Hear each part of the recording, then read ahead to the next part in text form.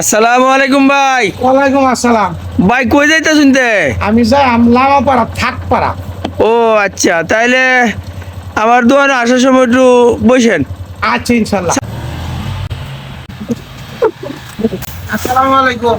সাল দেয়া যায়, পাঙ্গিয়া মুঙ্গিয়া দেয়া যায়, আরো বড় করা হইতাছে। ঘরটা তখন সুন্দর হয়েছে। এই শিশু সন্তানটি কিন্তু সেই রহমতুল্লাহর ছেলে। এই যে ছোট্ট পরিসরে যে ঘরটি, এই ঘরটির মধ্যে কিন্তু তারা অবস্থান করতেন। এই এলাকাবাসীর সহযোগিতায় এই ঘরটি চৌচালায় রূপান্তর হচ্ছে, মিস্ত্রিও কাজ করছে। তা আমি আবার এক প্রবাসী উনাকে উদ্বুদ্ধ করেছিলাম, উনিও আমাকে আশ্বস্ত করেছিলেন, আবার বলেছিলেন যে গ্রামের ভিতরে গিয়ে গ্রামের যে সামর্থ্যবান যারা আছেন ওনাদেরকে কিছু কথা বলার জন্য। সেই উদ্বুদ্ধতার পরিপ্রেক্ষিতে আজকে এই ঘরে এই অবস্থা। পাশাপাশি ওই প্রবাসী আমাকে 10,000 টাকা দিয়েছেন।